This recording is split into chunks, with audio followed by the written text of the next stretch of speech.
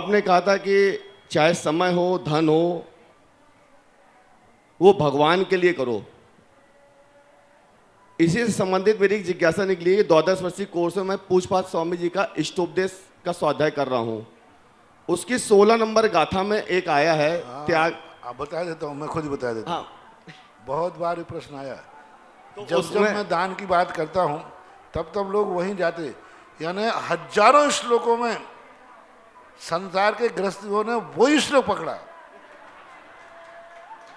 सब ने पूरे संसार में चर्चा है, बड़ा मजेदार श्लोक है वो।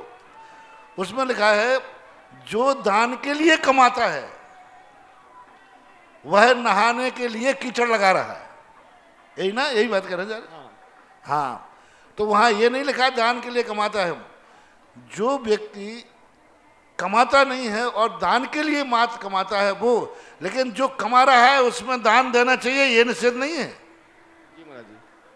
जो अकेला मात्र दान के लिए ही कमाता है, अपने घर के लिए नहीं कमाता। धंधा पानी बहुत बड़ा इसका अनर्थ हो रहा है सारे भारत में। सुने, बहुत अच्छा प्रश्न है। कोई व्यक्ति ने कमाने का त्याग कर दिया, व्यापार धंधे का त्याग कर दिया, सब कुछ त्याग करके निवृत्त हो गया।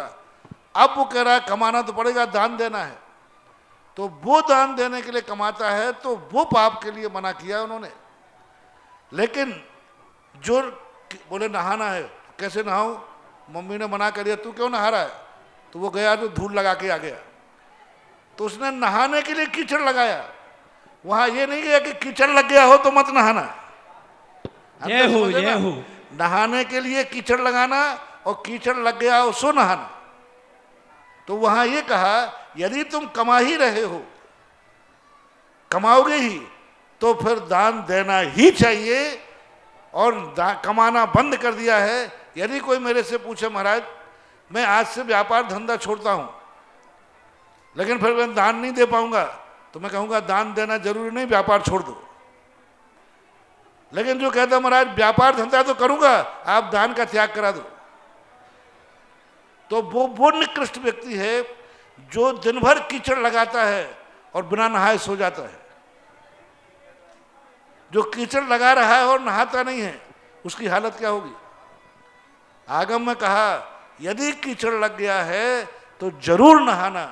यदि तुम कमाते हो, आरंभ परिग्रह करते हो, तो जरूर दान देना चाहिए। दान के लिए नहीं कमाना, कमाते हो तो दान देना चाहिए। ये उस श्लोक का अर्थ है बाबू।